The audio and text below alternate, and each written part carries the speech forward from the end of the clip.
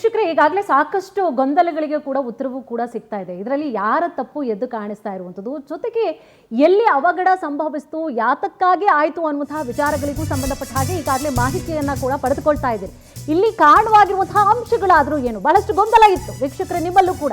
ಆ ಪ್ರಶ್ನೆಗಳಿಗೆಲ್ಲವೂ ಕೂಡ ಉತ್ತರ ಸಿಗ್ತಾ ಇದೆ. ನೋಡಿ, ಚಿತ್ವಾರದಲ್ಲಿ 10 ಮಕ್ಕಳು ಸಾವಾಗಿದೆ, ವೈದ್ಯನ ಬಂಧನ ಕೂಡ ಆಗಿರುವಂಥದ್ದು. ಕೆಮ್ಮಿನ ಸಿರಪ್ ಅನ್ನ ಬರೆದುಕೊಟ್ಟಿದ್ದಂತಹ ವೈದ್ಯನನ್ನ ಅರೆಸ್ಟ್ ಮಾಡಲಾಗಿದೆ. ಪೊಲೀಸರಿಂದ ವೈದ್ಯ ಪ್ರವೀಣ್ ಸೋನಿಯನ್ನ ಬಂಧನ ಮಾಡಲಾಗಿದೆ. ಇದೇ ಸಿರಪ್ ಅನ್ನ ಬರ್ಕೊಡ್ತಾ ಇದ್ರಂತೆ. ಕೆಮ್ಮಿನ ಸಿರಪ್ಗೆ 12 ಮಕ್ಕಳು ಸಾವಾಗಿರುವಂತಹ ವಿಚಾರಕ್ಕೆ ಸಂಬಂಧಪಟ್ಟ ಹಾಗೆ ಚಿದ್ವಾರದಲ್ಲಿ ಈ ವೈದ್ಯರು ಅದೇ ಸಿರಪ್ ಅನ್ನ ಕೂಡ ಬರೆದುಕೊಡ್ತಾ ಇದ್ರಂತೆ. ಆ ಒಂದು ಕಾರಣವಾಗಿ ಈಗಾಗಲೇ ಈ ವೈದ್ಯರನ್ನ ಕೂಡ ಅರೆಸ್ಟ್ ಮಾಡಲಾಗಿರುವಂಥದ್ದು. ಜೊತೆಗೆ ನಿಯಂತ್ರಕರು ಏನು ಇರ್ತಾರೆ, ಜೊತೆಗೆ ಡಿಸ್ಟ್ರಿಬ್ಯೂಷನ್ ಏನಾಗ್ತಾ ಇರುತ್ತೆ, ಸೊ ಅವರನ್ನು ಕೂಡ ಈಗಾಗಲೇ ಅರೆಸ್ಟ್ ಮಾಡಲಾಗಿರುವಂಥದ್ದು. ಅಂದರೆ ತನಿಖೆಯ ಉದ್ದೇಶವಾಗಿ ಅವರ ತಪ್ಪು ಏನಿದೆ, ಲೋಪದೋಷಗಳು ಏನಿದೆ, ಸೊ ಈ ಸಂಬಂಧವಾಗಿಯೂ ಕೂಡ ನಿಯಂತ್ರಕರನ್ನ ಕೂಡ ಅರೆಸ್ಟ್ ಮಾಡಲಾಗಿರುವಂತಹ ವಿಚಾರಗಳು ಈಗಾಗಲೇ ನಿಮಗೆ ಗೊತ್ತಿರುವಂತಹ ವಿಚಾರ. ಡಾಕ್ಟರ್ ಎಸ್ ಜನಸಾಮಾನ್ಯರಿಗೆ ದಯವಿಟ್ಟು ಒಂದು ನಿಮ್ಗೆ ಏನ್ ಕನ್ಫ್ಯೂಷನ್ ಆಗಿದೆ ಅಂದ್ರೆ, ಈಗ ಮಕ್ಕಳಿಗೆ ಸಿರಪ್ ಹಾಕ್ಲೇಬಾರ್ದ 2 ವರ್ಷದವ್ರಿಗೆ? ಅಮ್ಮ, ಈ ನೆಗಡಿ ಕೆಮ್ಮು ಮಕ್ಕಳಿಗೆ ಬರುತ್ತಲ್ಲ, ಮೋರ್ ದೆನ್ 200 ವೈರಸಸ್ ಇದಾವೆ ಅಟ್ಮಾಸ್ಫಿಯರ್ನಲ್ಲಿ. ವೈರಲ್ ಇದರಿಂದ ಬರ್ಬೋದು. ಒಂದಿನ ಮಗು ಕೆಮ್ಮಿತು, ನೆಗಡಿ ಆಯಿತು ಅಂತ ಎದುರುಕೊಂಡು ಎಲ್ಲ ಸಿರಪ್ ಹಾಕಕ್ಕೆ ಹೋಗಬೇಡಿ. ಭಾಳ ಜನ ಅಜ್ಜಿಗಳು ಹೇಳ್ತಾರೆ, ಒಂದು ಸ್ವಲ್ಪ ಬಿಸಿನೀರು ಕುಡಿಸು, ತುಪ್ಪ ಕುಡಿಸು, ಜೇನುತುಪ್ಪ ಕುಡಿಸು. ಅಂದರೆ ಎಲ್ಲದಕ್ಕೂ ಸಿರಪ್ಪು ಮೆಡಿಕೇಶನ್ನು ಕಂಪಲ್ಸರಿ ಇಲ್ಲ. ಬಟ್ ಹಾಕೋದ್ರಿಂದ ಸತ್ತೋಗ್ಬಿಡುತ್ತೆ ಮಗು. ಇಲ್ಲ, ಹಂಗೆ ಆಗಬೇಡಿ, ಹಂಗೆ ಎದುರ್ಕೊಳ್ಳೋಕ್ಕೆ ಹೋಗ್ಬೇಡಿ. ದಯವಿಟ್ಟು ವೈದ್ಯರ ಸಲಹೆ ತಗೊಳ್ಳಿ. ಅದರೊಳಗೆ ಮಕ್ಕಳು ಅಂದರೆ ಬಟರ್ಫ್ಲೈಗಳಿದ್ದಂಗಮ್ಮ, ಅವು ಅಷ್ಟು ಸೆನ್ಸಿಟಿವ್. ಮಕ್ಕಳು ಡಾಕ್ಟ್ರಿಗೆ ಗೊತ್ತಿರೋ ಅಷ್ಟು ಅದ್ರ ಡೋಸೇಜ್ ಪರ್ಟಿಕ್ಯುಲರ್. ಇದರಲ್ಲಿ ಒಂದು ವಿಷಯನ ನೀನು ಹೇಳ್ಬೇಕಂತಂದ್ರೆ, ಈಗ ನಾವು ಬದಲಾವಣೆ ಏನು ನೋಡ್ತಾ ಇದ್ದೀವಿ, ಎಲ್ಲ ಪೇರೆಂಟ್ಸ್ ಆಗಲಿ ತಮ್ಮ ಮಕ್ಕಳಿಗೆ ಟ್ರೀಟ್ಮೆಂಟ್ ಕೊಡಬೇಕು ಅಂತ ಒಂದು ಒಳ್ಳೆಯ ಉದ್ದೇಶ ಒಂದು ಅಟ್ಲೀಸ್ಟ್ ಡಾಕ್ಟರ್ ಕಡೆ ಬರ್ತಾ ಇದ್ದಾರೆ. ಮೊದ್ಲು ಹೆಂಗಿತ್ತು ಅಂದ್ರೆ ತಾವೇ ಮೆಡಿಕೇಶನ್ ಕೊಟ್ಟು ಮಾಡ್ತಿದ್ರು.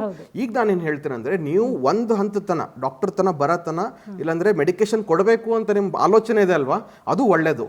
ಬಟ್ ನೀವು ಸೆಲ್ಫ್ ಮೆಡಿಕೇಶನ್ ಏನು ಮಾಡ್ತೀರಲ್ವಾ, ಅದನ್ನು ಮಾಡೋಕ್ಕೆ ಹೋಗಬೇಡಿ.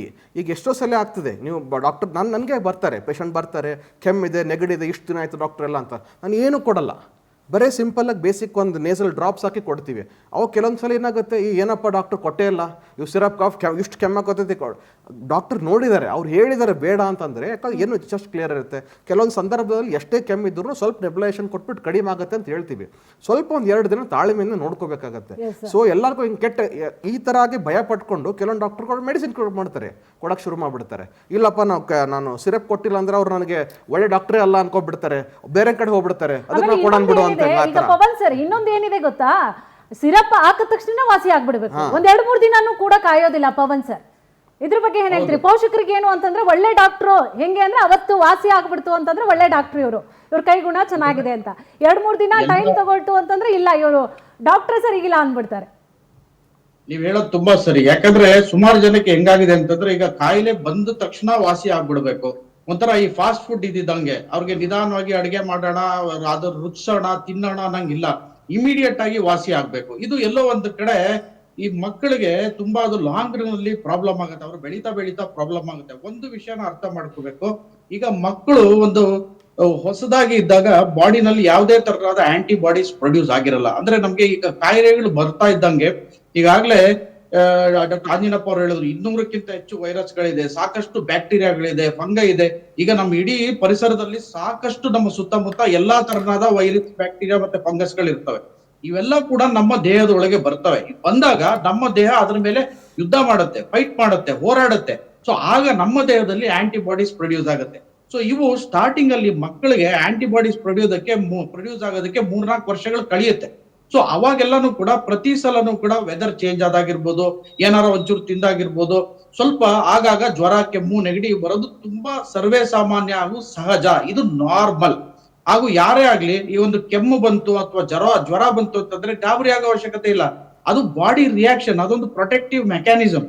ಅಂದ್ರೆ ಆ ವೈರಸ್ ಎಂಟ್ರಿ ಆದಾಗ, ಬ್ಯಾಕ್ಟೀರಿಯಾ ಬಾಡಿನಲ್ಲಿ ಎಂಟ್ರಿ ಆದಾಗ ಅದ್ರ ಮೇಲೆ ಹೋರಾಡೋವಾಗ ಏನ್ ಆಂಟಿಬಾಡೀಸ್ ಪ್ರೊಡ್ಯೂಸ್ ಆಗುತ್ತೆ. ಸೊ ಆಗ ಒಂದು ಸಿಂಪ್ಟಮ್ ಅಷ್ಟೇ ಅದು. ಸೊ ಹಾಗಾಗಿ ಅದಕ್ಕೆ ಪ್ರತಿಯೊಂದು ಸಿಂಪ್ಟಮ್ಗೂ ಕೂಡ ನಾವು ಮೆಡಿಸಿನ್ಸ್ ಕೊಡ್ತಾ ಹೋಗ್ಬಾರ್ದು. Just symptomatic treatment. ಸ್ವಲ್ಪ ಜಾಸ್ತಿ ಆಯ್ತಾ, ಈಗಾಗ್ಲೇ ಡಾಕ್ಟರ್ ಅನುರಾಗ್ ಅವ್ರು ಹೇಳಿದಾಗೆ ಜಸ್ಟ್ ಸಿಂಪ್ಟಮ್ಯಾಟಿಕ್ ಟ್ರೀಟ್ಮೆಂಟ್ ಏನ್ ಬೇಕೋ ವೈದ್ಯರ ಹತ್ರ ಬಂದು ತೋರಿಸಿದಾಗ ಎಷ್ಟು ಅವಶ್ಯಕತೆ ಇದೆಯೋ ಅಷ್ಟೇ ಕೊಡ್ತಾರೆ. ಆಮೇಲೆ ಕಾಯಿರಿ, ಒಂದೇ ದಿವಸಕ್ಕೆ ಆಗ್ಬೇಕು, 2 ದಿವಸಕ್ಕೆ ಆಗ್ಬೇಕಂತಿಲ್ಲ. ಈಗ ಕೆಲವೊಂದು ವೈರಸ್ಗಳು 5ರಿಂದ 7 ದಿವಸಗಳ ಕಾಲ ತಗೊಳುತ್ತೆ. ಸೊ ನಿಧಾನವಾಗಿ ವಾಸಿ ಆಗುತ್ತೆ, ತೊಂದರೆ ಇಲ್ಲ. ಸಿಂಪ್ಟಮ್ಯಾಟಿಕ್ ಟ್ರೀಟ್ಮೆಂಟ್ ಕೊಡಿ, ವೆಯ್ಟ್ ಮಾಡಿ, ಬಾಡಿ ಅದಕ್ಕೆ ಸ್ಪಂದಿಸುತ್ತೆ. ಇಲ್ಲಾಂದ್ರೆ ನಾವು ಸುಮ್ಮನೆ ಆಂಟಿಬಯೋಟಿಕ್ಸ್ ಇವೆಲ್ಲ ಆಗ್ತಾ ಹೋದ್ರೆ ಒಂದು ನಮ್ಮ ಈ ಇಂಟೆಸ್ಟೈನ್ಸ್ ಅಲ್ಲಿ ಏನಾಗುತ್ತೆ, ಪ್ರೋಬಯೋಟಿಕ್ಸ್ ಅಂತ ಇರುತ್ತೆ. ಅಂದ್ರೆ ನಮ್ಗೆ ಈ ಡೈಜೆಷನ್ಸ್ ಇವೆಲ್ಲ ಚೆನ್ನಾಗಿ ಇದ್ ಮಾಡೋದಕ್ಕೆ ಹೆಲ್ಪ್ ಮಾಡೋದಕ್ಕೆ ಸಾಕಷ್ಟು ಒಳ್ಳೆ ಬ್ಯಾಕ್ಟೀರಿಯಾಗಳು ಇರ್ತವೆ. ಸೊ ಇವೆಲ್ಲ ನಾವು ಜಾಸ್ತಿ ಆಂಟಿಬಯೋಟಿಕ್ಸ್ ಅನ್ನ ಸೇವನೆ ಮಾಡಿದ್ರೆ ಏನಾಗುತ್ತೆ, ಅವೆಲ್ಲ ವಾಶ್ಔಟ್ ಆಗುತ್ತೆ. ಇವೆಲ್ಲ ಲಾಂಗ್ ರನ್ ಅಲ್ಲಿ ಏನಾಗುತ್ತೆ, ಸರಿಯಾಗಿ ಜೀರ್ಣ ಆಗೋದಿಲ್ಲ, ಹೊಟ್ಟೆ ಹಿಂಡೋದು, ಹೊಟ್ಟೆ ಉಬ್ರ ಬರೋದು. ಪ್ರತಿಯೊಬ್ರು ನೋಡಿ ಎಲ್ಲ ಈಗ ಬರೋದು ಎಲ್ಲ ಗ್ಯಾಸ್ಟ್ರಿಕ್ ಯಾಕೆ, ಸರಿಯಾಗಿ ಜೀರ್ಣ ಆಗೋದಿಲ್ಲ. ಸೊ ಈ ಒಳ್ಳೆ ಬ್ಯಾಕ್ಟೀರಿಯಾಗಳೆಲ್ಲ ಹೊರಟೋಗುತ್ತೆ. ಇನ್ನೊಂದು ರೆಸಿಸ್ಟೆನ್ಸ್ ಬರ್ತಕ್ಕಂಥದ್ದು. ಈಗ ನಮ್ಮ ಇಡೀ ಪ್ರಪಂಚದಲ್ಲಿ ದೊಡ್ಡದಾಗಿ ಎಸ್ಪೆಷಲಿ ನಮ್ಮ ಭಾರತದಲ್ಲಿ ನಾವು ಫೇಸ್ ಮಾಡ್ತಾ ಇರೋದು ಆಂಟಿಬಯೋಟಿಕ್ ರೆಸಿಸ್ಟೆನ್ಸ್. ಈ ತುಂಬಾ ಆಂಟಿಬಯೋಟಿಕ್ಸ್ ಗಳು ತೆಗೆದುಕೊಂಡು ಆಮೇಲೆ ಪ್ರಾಪರ್ ಡೋಸೇಜ್ ನಾವು ತೆಗೆದುಕೊಳ್ಳದೆ, ಆಮೇಲೆ ಕರೆಕ್ಟ್ ಡ್ಯೂರೇಷನ್ ನ ತೆಗೆದುಕೊಳ್ಳದೆ, ಸೊ ಇವೆಲ್ಲ ಏನಾಗಿದೆ, ಆಂಟಿಬಯೋಟಿಕ್ ರೆಸಿಸ್ಟೆನ್ಸ್ ಕೂಡ ಜಾಸ್ತಿ ಡೆವಲಪ್ ಆಗ್ತಾ ಇದೆ. ಈ ಮುಂದೆ ಆಂಟಿಬಯೋಟಿಕ್ ರೆಸಿಸ್ಟೆನ್ಸ್ ಡೆವಲಪ್ ಆದ್ರೆ ನಾಳೆ ನಮ್ಗೆ ಏನಾದ್ರೂ ಒಂದು ಸೀರಿಯಸ್ ಆಗಿ ಒಂದು ಕಾಯಿಲೆ ಬಂತು ಅಂತ ಇಟ್ಕೊಳ್ಳಿ, ಒಂದು ನಿಮೋನಿಯಾ ಬಂತು, ಒಂದು ಸೆಪ್ಸಿಸ್ ಆಯ್ತು, ಆಗ ಆಂಟಿಬಯೋಟಿಕ್ ಕೊಟ್ರೆ ಕೆಲಸನೇ ಮಾಡೋದಿಲ್ಲ.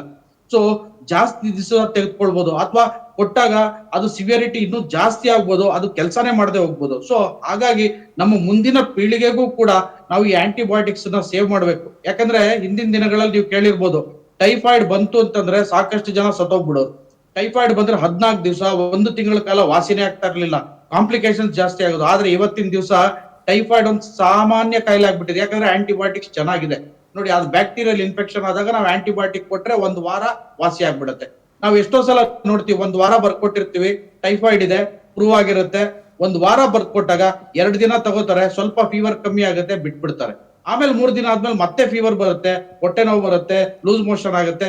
ಸೊ ಅಲ್ಲೆಲ್ಲೋ ಒಂದು ಕಡೆ ಆ ಆಂಟಿಬಯೋಟಿಕ್ ಏನಿದೆ ರೆಸಿಸ್ಟೆನ್ಸ್ ಡೆವಲಪ್ ಆಗ್ಬಿಟ್ಟಿರುತ್ತೆ. ಸೊ ಇದನ್ನ ಪೋಷಕರು ಅವಾಯ್ಡ್ ಮಾಡಬೇಕು. ಸೊ ಯಾವುದೇ ಇದಾಗ್ಲಿ ಈ ಸೆಲ್ಫ್ ಮೆಡಿಕೇಶನ್ಸ್, ಈಗ ನಾವು ಒಂದು ಫ್ಯಾಮಿಲಿ ಡಾಕ್ಟರ್, ನಮ್ಮ ಡಾಕ್ಟರ್ ಅಂತ ಅವ್ರು ಬಂದಾಗ, ನಮ್ಮ ಪೇಷಂಟ್ ಅಂತ ಬಂದಾಗ ನಾವ್ ಏನ್ ಅಡ್ವೈಸ್ ಮಾಡ್ತೀವಿ, ಸಿಂಪಲ್ ಏನು ಸಿಂಪ್ಟಮ್ಸ್ ಇರುತ್ತೆ ಮನೆಯಲ್ಲಿ ಏನ್ ಮಾಡ್ಕೋಬಹುದು, ನಾವು ಯೂಶಲಿ ಪೇಷಂಟ್ ಗಳಿಗೆ ಹೇಳಿ ಕಳಿಸ್ತೀವಿ. ಈ ತರ ಬಂದಾಗ ಹಿಂಗ್ ಮಾಡಿ, ಒಂದು ಸಿಂಪಲ್ ಆಗಿ ಅಕಸ್ಮಾತ್ ಸ್ವಲ್ಪ ಜ್ವರ ಇದ್ದಾಗ ಒಂದು ಪ್ಯಾರಾಸಿಟಮಾಲ್ ಅಥವಾ ಒಂಚೂರು ನೆಗಡಿ ಇದ್ದಾಗ ಸೆಟ್ರಿಜಿನೋ ತಗೊಳ್ಳಿ, ಒಂದ್ ದಿವಸ 2 ದಿವಸ ಕಮ್ಮಿ ಆಗ್ಲಿಲ್ಲ ಅಂದಾಗ ವಾಪಸ್ ಬನ್ನಿ ಅಂತ ಹೇಳಿರ್ತೀವಿ. ಸೊ ಆಗ ಬಂದು ವೈದ್ಯರಲ್ಲಿ ತೋರಿಸ್ಕೋಬೇಕು. ಆಗ ತೋರಿಸ್ಕೊಂಡಾಗ ಬೇರೆ ಏನಾದ್ರೂ ಡೋಸೇಜ್ ಚೇಂಜ್ ಮಾಡ್ಬೇಕಾ, ಜಾಸ್ತಿ ದಿವಸ ತೆಗೆದುಕೋಬೇಕಾ, ಆಂಟಿಬಯೋಟಿಕ್ಸ್ ಬೇಕಾ, ಎಷ್ಟು ಡೋಸೇಜ್ ಬೇಕು. ಯಾಕಂದ್ರೆ ಯಾವಾಗ್ಲೂ ಅಷ್ಟೇ, ನಾವು ಅಡಲ್ಟ್ಸ್ ಅಲ್ಲಿ ನಮ್ಗೆ ಒಂದು ಕಾಮನ್ ಆಗಿ ಒಂದು ಫಿಕ್ಸ್ ಡೋಸ್ ಇರುತ್ತೆ, ಆದ್ರೆ ಮಕ್ಕಳಲ್ಲಿ ಹಂಗಿರೋದಿಲ್ಲ. ಯಾಕಂದ್ರೆ ನಾವು ಬಾಡಿ ವೆಯ್ಟ್ ಎಷ್ಟಿದೆ ನೋಡ್ಕೊಂಡು ಅದಕ್ಕೆ ಬಾಡಿ ವೆಯ್ಟ್ ಪ್ರಕಾರನೇ ಕ್ಯಾಲ್ಕುಲೇಟ್ ಮಾಡಿ, ಇಷ್ಟೇ ಬಾಡಿ ವೆಯ್ಟ್ ಗೆ ಇಷ್ಟು ಆಂಟಿಬಯೋಟಿಕ್ ಕೊಡ್ಬೇಕಾಗುತ್ತೆ, ಅಥವಾ ಇಷ್ಟು ಪ್ಯಾರಾಸಿಟಮಾಲ್ ಆಗ್ಲಿ ಅಥವಾ ಸೆಟ್ರಿಜಿನ್ ಆಗ್ಲಿ, ಇವೆಲ್ಲ ಇಷ್ಟಿಷ್ಟು ಕ್ಯಾಲ್ಕುಲೇಟ್ ಮಾಡಿ ಕೊಡ್ಬೇಕಾಗುತ್ತೆ. ಅದು ತುಂಬಾ ಇಂಪಾರ್ಟೆಂಟ್, ಯಾಕಂದ್ರೆ ಡೋಸೇಜ್ ಪ್ರಾಪರ್ ಆಗಿರ್ಬೇಕು. ಆಮೇಲೆ ಎಷ್ಟು ದಿವಸ ತೆಗೆದುಕೋಬೇಕು ಅಂತ ವೈದ್ಯರು ಹೇಳಿರ್ತಾರೆ, ಅಷ್ಟು ದಿವಸ ಕರೆಕ್ಟ್ ಆಗಿ ತೆಗೆದುಕೋಬೇಕು. ಸೊ ಅವಾಗ ನಾವು ಮುಂದಿನ ದಿನಗಳಲ್ಲಿ ಆಂಟಿಬಯೋಟಿಕ್ ರೆಸಿಸ್ಟೆನ್ಸ್ ಡೆವಲಪ್ ಆಗುತ್ತೆ. ಜೊತೆಗೆ ಪೋಷಕರಿಗೆ ಒಂದಿದೆ, ಒಂದ್ ಸ್ವಲ್ಪ ಜಾಸ್ತಿ ಹಾಕಿದ್ರೆ ಎಮ್ಮೆಲ್ಲೂ ಬೇಗ ಹುಷಾರಾಗ್ಬಿಡುತ್ತೆ ಅನ್ನೋದು ಒಂದು ತಿಳುವಳಿಕೆ ಇದೆ ಅವ್ರಿಗೆ. ಒಂಥರ ಏನೋ ಸ್ವಲ್ಪ ಹಾಕಿದ್ರೆ ಕೆಮ್ಮು ಒಂದ್ ಸ್ವಲ್ಪ ಜಾಸ್ತಿ ಬೇಗ ನಿಂತೋಗ್ಬಿಡುತ್ತೇನೋ ಅಂತ ಅವರೇ ಡಾಕ್ಟರ್ ರೀತಿಯಾಗಿ ಹಾಕ್ಬಿಡ್ತಾರೆ, 1 ml ಜಾಸ್ತಿ ಹಾಕ್ಬಿಡೋದು ಈ ರೀತಿಯಾಗಿ. ಅದಕ್ಕೇನ್ ಹೇಳ್ತೀವಿ? ಚಿಕ್ಕ ಹುಡುಗರಿದ್ದಾಗಮ್ಮ ಒಂದು ಮಾತು ಹೇಳೋರು, ಪವನ್ ಹೇಳಿದ್ ಎಷ್ಟು ಚೆನ್ನಾಗಿದೆ ಅಂದ್ರೆ, ಹಳ್ಳಿ ಕಡೆ ಬೀದಿ ಮಕ್ಕಳು ಬೆಳ್ಕೊಂಡೋದು, ಕೋಣೆ ಮಕ್ಕಳು ಕೊಳತ್ಕೊಂಡೋದು ಅನ್ನೋದು. ಅಂದ್ರೆ ಬೀದಿ ಮಕ್ಕಳಿಗೆ ರೆಸಿಸ್ಟೆನ್ಸ್ ಹೆಂಗ್ ಬರುತ್ತೆ ಅಂತ, ಇಷ್ಟು ವೈರಸ್ಗೂ ಎಕ್ಸ್ಪೋಸ್ ಆಗೋರು, ಅವ್ರು ಏನು ಟ್ರೀಟ್ಮೆಂಟ್ ತಗೋತಿರ್ಲಿಲ್ಲ, ನ್ಯಾಚುರಲ್ ಇಮ್ಯುನಿಟಿ ಬರೋದು. ನಾವು ತುಂಬಾ ಸೂಕ್ಷ್ಮ ಮಕ್ಕಳನ್ನ ನೆಲಕ್ಕೆ ಆಡಕ್ಕೆ ಬಿಡೋದಿಲ್ಲ, ಬಂದು ಫಸ್ಟ್ ಡೇನೆ ಔಷಧಿಗಳು ಹಾಕಿದ್ರೆ ಆ ಮಗುಗೆ ನ್ಯಾಚುರಲ್ ರೆಸಿಸ್ಟೆನ್ಸೇ ಬರಲ್ಲ. ಇದು ವೆರಿ ವೆರಿ ಇಂಪಾರ್ಟೆಂಟ್. ತಂದೆ ತಾಯಿಗಳು ಅರ್ಥ ಮಾಡ್ಕೋಬೇಕು. ಮಕ್ಕಳು ಜ್ವರ ಬಂದೇ ವರ್ಷದಲ್ಲಿ 3 ಸಾರಿ ಬರೋದು ಎನಿ ಪೀಡಿಯಾಟ್ರಿಕ್ ಏಜ್ ಗ್ರೂಪ್ನಲ್ಲಿ ಬರ್ತವೆ. ಅದನ್ನ ದಯವಿಟ್ಟು ನೀವು ಹೇಳ್ದಂಗೆ 1 ಡೋಸ್ ನಾನೇನು ಚೂರು ಜಾಸ್ತಿ ಹಾಕ್ಬಿಟ್ರೆ ಡಾಕ್ಟ್ರಿಗೆ ಗೊತ್ತಿಲ್ದಂಗೆ ನನ್ನ ಮಗ ಬೇಗ, ಇವನ್ನೆಲ್ಲ ಮರ್ತು ಬಿಡಿ ಅಂತ ಹೇಳ್ಬೇಕು ಜನಗಳಿಗೆ. ಈಗ ಹೆಂಗಂದ್ರೆ ನಾವು ಫಸ್ಟು ಮಕ್ಕಳಿಗೆ ಜ್ವರ ನೆಗಡಿ ಕೆಮ್ಮು ಹೆಂಗೆ ಬರುತ್ತೆ ಅಂತ ನೋಡ್ಕೋಬೇಕು. ಫಸ್ಟ್ ಬರೋದು ಹೆಂಗೆ ಅಂದರೆ, ತಾವು ಮನೇಲಿ ಯಾರಿಗಾದರೂ ಕೆಮ್ಮಿದೆನಾ ಇತ್ತಂದರೆ ನೀವು ಸ್ವಲ್ಪ ದೂರ ಇರಬೇಕು, ಗಾಳಿ ಆಡಬೇಕು, ಮನೆಯಲ್ಲಿ ಮಾಸ್ಕ್ ಹಾಕ್ಕೋಬೇಕು, ಹ್ಯಾಂಡ್ ಸ್ಯಾನಿಟೈಸರ್ ಯೂಸ್ ಮಾಡಬೇಕು. ಆಮೇಲೆ ನಾವು ಮಕ್ಕಳ ಜೊತೆಗೆ ಇರುವಾಗ ಸ್ವಲ್ಪ ಹೊರಗಡೆ ಬಂದು ಒಂದೇ ರೂಮಲ್ಲಿ ಮಲಗಬಾರ್ದು, ಇದು ಇಂಪಾರ್ಟೆಂಟ್. ಯಾಕಂದರೆ ನಮಗೆ ಬರೋ ಅಡಲ್ಟ್ಸಿಗೆ ಬರೋ ಸಿಂಪ್ಟಮ್ಸು ಮಕ್ಕಳಿಗೆ ಬರೋ ಸಿಂಪ್ಟಮ್ಸು ಸ್ವಲ್ಪ ಎಕ್ಸಾಜರೇಟೆಡ್ ಆಗಿರುತ್ತೆ. ನಮಗೆ ಸ್ವಲ್ಪ ಆಗಿರ್ಬೋದು, ಅದೇ ಇನ್ಫೆಕ್ಷನ್ ಮಕ್ಕಳಿಗಾದಾಗೆ ಸ್ವಲ್ಪ ಜಾಸ್ತಿ ತೋರಿಸುತ್ತೆ. ಸೊ ಫಸ್ಟ್ ಥಿಂಗ್ ಮಕ್ಕಳಿಗೆ ಆಗುವಂಥ ಪ್ರಿವೆನ್ಷನ್ ಮಾಡ್ಕೋಬೇಕು. ಕೆಲವೊಂದು ವಿಷಯ ಇರುತ್ತೆ ಅಲ್ಲಿ ಮಾಡೋಕ್ಕಾಗಲ್ಲ, ಲೈಕ್ ಸ್ಕೂಲ್ ಬಸ್ಸಲ್ಲಿ ಏನೂ ಮಾಡೋಕ್ಕಾಗಲ್ಲ, ಸ್ಕೂಲಲ್ಲಿ ಆಟ ಆಡ್ತಿರ್ತಾರೆ, ಎಲ್ಲ ಪಕ್ಕದಲ್ಲಿ ಮಕ್ಕಳು ಇರ್ತಾರೆ, ಅಲ್ಲೇನೂ ಮಾಡೋಕ್ಕಾಗಲ್ಲ, ಬಟ್ ಎಲ್ಲಿ ನಮ್ಮ ಕೈಯಲ್ಲಿ ಎಷ್ಟಾಗುತ್ತೆ ಅಷ್ಟು ಮಾಡಬೇಕು. ಎರಡನೇದು, ಬಂದಾದಮೇಲೆ ಇಮಿಡಿಯೇಟಾಗಿ ಬಂದು ಡಾಕ್ಟ್ರಿಗೆ ತೋರಿಸಿ. ನೀವಾಗೆ ಸೆಲ್ಫ್ ಮೆಡಿಕೇಶನ್, ಲಾಸ್ಟ್ ಟೈಮ್ ಹಿಂಗೆ ಆಗಿತ್ತಪ್ಪ ಅದೇ ಕೊಡೋಣ, ಒಂದು 2 ದಿವಸ ನೋಡೋಣ, ಅದನ್ನ ಮಾಡಕ್ಕೆ ಅದು ಹಂಗೆ ಇರುತ್ತೆ. ಮಕ್ಕಳದಲ್ಲಿ ಏನ್ ಪ್ರಾಬ್ಲಮ್ ಆಗುತ್ತೆ ಅದ್ರಲ್ಲಿ ಏನಂದ್ರೆ 6 ತಿಂಗಳ ಹಿಂದ್ಗಡೆ ಮಕ್ಕಳದು ವೇಟ್ ಬೇರೆ ಇರುತ್ತೆ, ಈಗಿರೋ ವೇಟ್ ಬೇರೆ ಇರುತ್ತೆ, ಅದಕ್ಕೆ ಸಿಂಪ್ಟಮ್ಸ್ ಬೇರೆ ಇರುತ್ತೆ. ನೀವು ಆ ವೇಟ್ ಪ್ರಕಾರ ನಾವು ಮೆಡಿಕೇಶನ್ ಕೊಡಬೇಕಾಗತ್ತೆ. ನೀವು 6 ತಿಂಗಳ ಹಿಂದ್ಗಡೆ ಇರೋದು ವೇಟ್ ಕೊಟ್ಟರೆ ಅಂಟಿಡೋಸ್ ಆಗಿಬಿಡುತ್ತೆ, ಯಾಕೆ ವೇಟ್ ಜಾಸ್ತಿ ಆಗಿರುತ್ತೆ ಪಾಪದು. ಎರಡನೇದಂದರೆ ನೀವು ಆ ಮೆಡಿಕೇಶನ್ಸು ಇದಕ್ಕೆ ಸೂಕ್ತ ಅಂತ ನಿಮಗೆ ಗೊತ್ತಾಗಲ್ಲ. ಸೊ ನೀವು ದಯವಿಟ್ಟು ಬಂದುಬಿಟ್ಟು ಡಾಕ್ಟರ್ ಕಡೆ ತೋರಿಸ್ಬೇಕು. ಅವ್ರು ನೋಡ್ಕೊಂಡಾದ್ಮೇಲೆ ಮೆಡಿಕೇಶನ್ಸ್ ಏನು ಕೊಡ್ತಾರೆ. ಯೂಶಲಿ ಯಾವುದೇ ಮೆಡಿಕೇಶನ್ ಆಗಲಿ ಡಾಕ್ಟರ್ ಫಸ್ಟ್ ಡೇನೇ ಆಂಟಿಬಯೋಟಿಕ್ ಯಾರು ಕೊಡಲ್ಲ. ನೀವು ನಮ್ಗೆ ಕೊಡ್ರಿ ಅಂತ ಬೇಡಕ್ಕೆ ಹೋಗಬೇಡಿ. ಅವ್ರು ಏನು ಹೇಳ್ತಾರೆ ಮಾಡಿ. ಈಗ ಆಲ್ರೆಡಿ ಪವನ್ ಸರ್ ಹೇಳ್ದಂಗೆ ಯಾವಾಗ 3 ದಿನ ಆದಮೇಲೆ ನೋಡ್ತಾರೆ, ಮತ್ತೊಮ್ಮೆ ಹೋಗಿ, ಕಡಿಮೆ ಆಗಲ್ಲ ಅಂದ್ರೆ ಮತ್ತೆ ಹೋಗಿ, ಅವಾಗ ಬೇಕಂದ್ರೆ ಆಂಟಿಬಯೋಟಿಕ್ ಬೇಕಾ, ಬ್ಲಡ್ ಟೆಸ್ಟ್ ಬೇಕಾ, ಅಡ್ಮಿಷನ್ ಬೇಕಾ ಏನಂತ ಹೇಳ್ತಾರೆ. ಯಾವಾಗಲೂ ಡಾಕ್ಟರ್ ಹೇಳ್ತಾರೆ ನಿಮಗೆ ಮನೆಗೆ ಹೋಗುವಾಗ ಕಟ್ ಕಳಿಸುವಾಗ ಏನಾದರೂ ವಾರ್ನಿಂಗ್ ಸೈನ್ಸ್ ಅಂತ ಇರ್ತೇವೆ ಕೆಲವೊಂದು. ಎತ್ತೆತ್ತು ಉಸಿರಾಡ್ತಿದ್ದೇನಾ, ಕೈಕಾಲು ತಣ್ಣಗಾಗಿದೆನಾ, ಭಾಳ ಸುಸ್ತಾಗಿದೆ, ಹೇಳೋಕ್ಕಾಗ್ತಿಲ್ಲ ಅಂದರೆ ರಿಟ್ರಾಕ್ಷನ್ಸ್ ಅಂತ ಹೇಳ್ತೀವಿ, ಜೋರು ಉಸಿರಾಡ್ತಿದೆ, ಹಂಗೇನಾದರೂ ತುಂಬ ಕೆಮ್ಮಾಗಿ ವಾಂತಿ ಎಲ್ಲ ಆಗ್ತಿದೆ, ಹಂಗಿದ್ದಾಗ ಇಮಿಡಿಯೇಟ್ಲಿ ಬನ್ನಿ. ಇಲ್ಲ ಅಂತಂದರೆ ಈ ಥರ ಸಿಂಪ್ಟಮೆಟಿಕ್ ಟ್ರೀಟ್ಮೆಂಟ್ ತೊಗೊಳ್ಳಿ, ಸ್ವಲ್ಪ ಟೈಮ್ ಹಿಡಿಯುತ್ತೆ ಕಡಿಮೆ ಆಕೆ, 3 ದಿನ ಆದಮೇಲೆ ಕಡಿಮೆ ಆಗಿಲ್ಲ ಅಂದರೆ ಬನ್ನಿ. ಆ 3 ದಿನ ಕಾಯಬೇಕು.